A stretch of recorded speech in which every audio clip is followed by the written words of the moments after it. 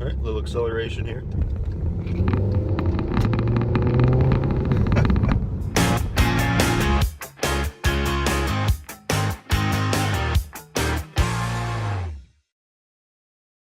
Hello and welcome to Brief Car Breakdown. Today I have access to a 1.4T Unitronic tuned Volkswagen Jetta. So I figured I'd make a quick little review on it. This car has been flashed for a couple months now, so I wanted to give a long-term-ish kind of review.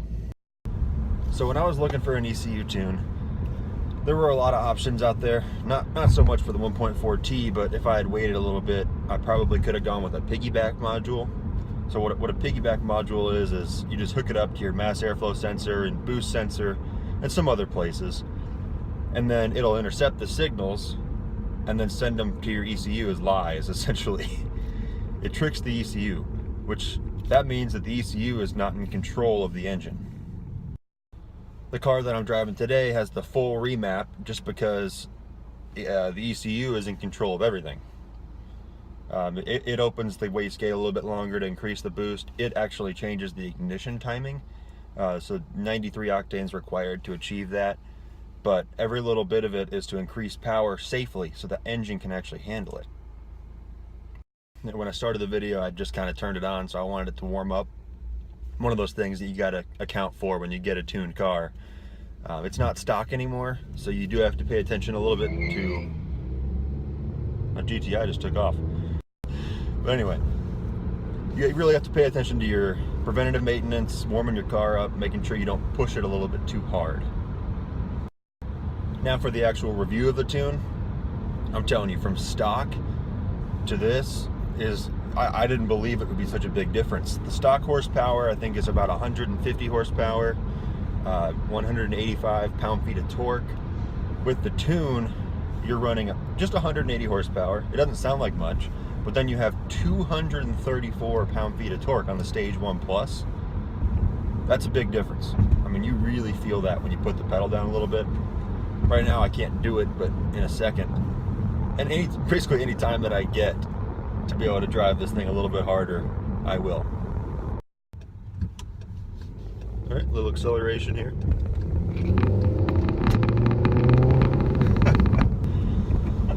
Man, it's enough to make you laugh, really. It's nothing that's like terrifyingly fast. It's not a rocket or by any means, but it's enough to be a whole lot of fun. The throttle response is really improved from stock. Actually, my personal stock car is a little bit boring, I think, to drive. When you hit the throttle, it feels like there's a little bit of delay, and then everything kicks in and it flies. But nothing like this. I mean, as soon as you put your pedal down, that electronic throttle lag, it's minimized a lot. I mean, the added power, it makes you just want to go for a drive all the time. It's so much fun. Let's just punch it again real quick. And there's 60. I mean, it's it's quick now. They really utilize that turbo correctly. So now as reliability goes with this tune, a lot of people are worried about when they get a flash tune or any kind of tune, will it hurt the long-term reliability? So this car hasn't been flashed for more than a couple months, so I'm not really sure if that's going to say much, but I've been fairly easy on it, but not really. I mean, I drive it like it's supposed to be driven, especially with a tune, and have had no issues at all. I mean, hopefully I didn't just jinx myself saying that, but it doesn't really feel like the engine's getting pushed out of its limitations with this tune. It feels like it's all kind of contained properly. Nothing's being overly stressed. I mean, the tune is Unitronic, so they say that it's supposed to be performance that holds the reliability of the car, and it doesn't surpass any of the stock parts capabilities. So I believe that. All right, so while I was at work today, I was thinking about the reliability thing again, and I think it's important to note that an ECU tune the tune itself doesn't really affect your reliability. It's how you drive with it. Just because you make your car get a little bit more power, I mean, a buff from the factory like the stage 1 or stage 2, that shouldn't really affect your reliability a whole lot. It's like I said, it's how you drive with it.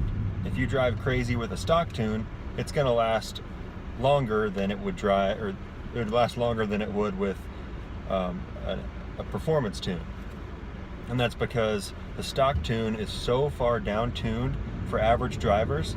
The manufacturer knows that people are just going to get in their cars, you know, turn the key on, put it in drive, and just floor it. And they have to account for that. They have to make sure the engine isn't working too hard when it has little to no oil in it. Otherwise, you know, a few years later, they're going to start having engine problems, and they're going to wonder why. And then all of a sudden, it's the manufacturer's fault. They're unreliable. So they down tune. Now these performance tunes, they push it a little bit more, but all they do is change how your engine behaves. They're not just going to like flash your car and it's going to blow up because it's making too much power. I mean, that's possible if you don't know what you're doing, but if you get a flash tune like this Unitronic one, they've done so much research on it, they've put it just enough power to where it's not going to stress the stock components. That's up to you. If you drive like a maniac all the time, you're going to have problems.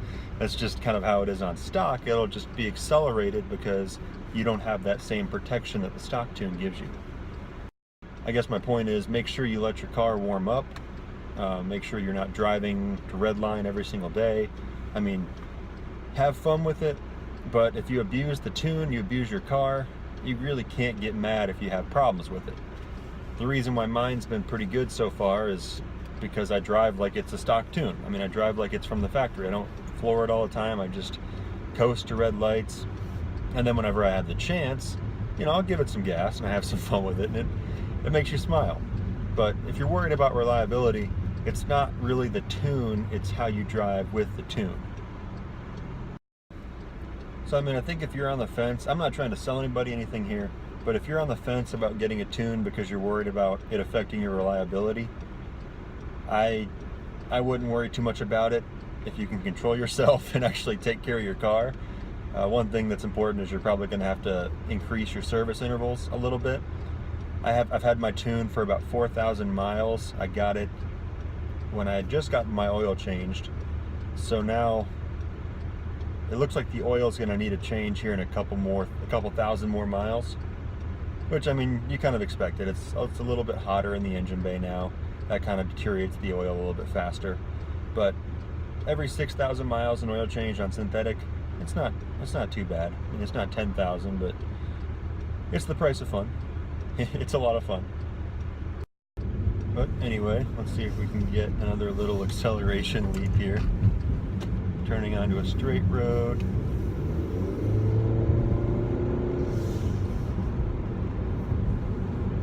It just likes to roll. I mean, there's nothing else to it. I mean, you put your foot down, the throttle response is instant, turbo spools up way faster than it does at the stock, and it just goes. So, I'd say for my review, I've been really satisfied with it. I think it's a really good product. Just wanted to say thank you for tuning in. Leave a comment if you have any questions about it. I read every comment, and I'll always answer questions if you guys have any. Drop a like if you enjoyed the video, and subscribe for the future content.